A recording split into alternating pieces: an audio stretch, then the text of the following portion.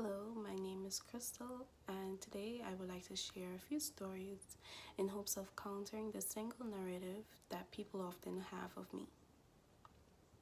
I was born in the United States, and my mother frequently recounted how I was an early child. They predicted my due date as the 22nd of November, but I arrived on the 6th. From the start, I developed quickly and accomplished tasks at an accelerated pace. My mother often described me as a child who was always first to finish activities compared to my peers. While they viewed me as smart, I believed I was simply a bit more advanced. I come from a traditional middle class family. My mother was a model, and my father was a seaman. Although I perceived us as a middle class family, my peers saw me as affluent. They looked at our large house and the 6 cars we owned and assumed we were rich. While my parents did provide us with a spacious home, 7 bedrooms, 9 bathrooms, and 3 living rooms, we were far from wealthy. Perhaps we were well off, but not rich by any means. Throughout my childhood, I often had nannies taking care of me and my siblings. At the age of 10, I distinctly remember one nanny, a kind older lady from Jamaica. She had come to Trinidad at my father's request to help take care of us. When she picked me up from school, I often referred to her as the maid to my friends, who admired me, wondering how it felt to have a maid. I viewed her as someone poor, without recognizing her as an individual. I had heard about gun violence and economic struggles in Jamaica, leading me to believe that she was defined solely by those narratives. One day, while she was preparing dinner, my brother decided to practice his guitar. She approached him, took the guitar, and began playing some beautiful notes. To my surprise, she was incredibly talented, perhaps even better than my brother's guitar teacher. She played a range of tunes, from Bob Marley to Shawn Mendes. In that moment, I realized how misguided my perceptions had been. I had been so focused on viewing her through the lens of a single story that I had overlooked her as a person with her own talents and feelings. I moved to the United States at the age of 16, driven by dreams and aspirations of becoming a doctor and helping people.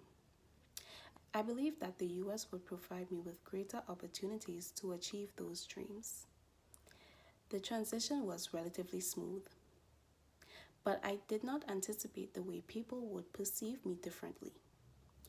Often when I spoke, my accent prompted judgments. Just one word would be enough for someone to label me as an African, a poor individual with a difficult life, as though that were an insult. They seem to forget that we all share a connection to the motherland, Africa. In reality, life in Trinidad is often easier than in America. We pay bills differently. For instance, electricity is paid every 3 months and car insurance is significantly less expensive than in the US.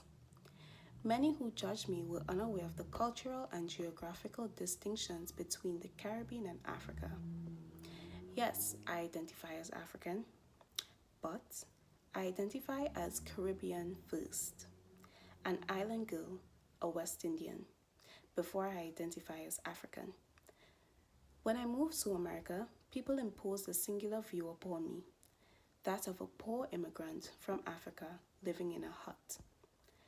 This narrow narrative overshadowed my multifaceted identity as a Caribbean individual. Such scenarios became increasingly common.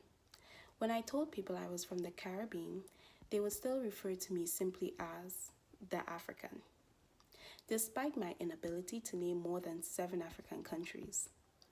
This experience often left me feeling marginalized and misunderstood. I recall a time when I had a friend who was Indian. She was beautiful, with long, straight hair, a radiant smile, and light skin. She often described her complexion as skin as though she were bathing in milk. Yet, if we lined up all our skin tones from darkest to lightest, my skin and hers would be only 2 or 3 shades apart. One day, we decided to attend a party together, dressing in our finest outfits and styling our hair elegantly. At the party, everyone complimented us on our beauty. But as the night progressed, I found myself receiving more attention. Attention I neither sought nor desired. Boys approached me one after another, and girls wanted to befriend me. I noticed the initial look of shock on my friend's face, which gradually transformed into confusion, then sadness, and ultimately anger. She was visibly annoyed that I was garnering more attention than she was. It seemed unfathomable to her that someone with darker skin and curly hair could attract more interest than her. She judged me based solely on my appearance, deeming me unattractive and unworthy.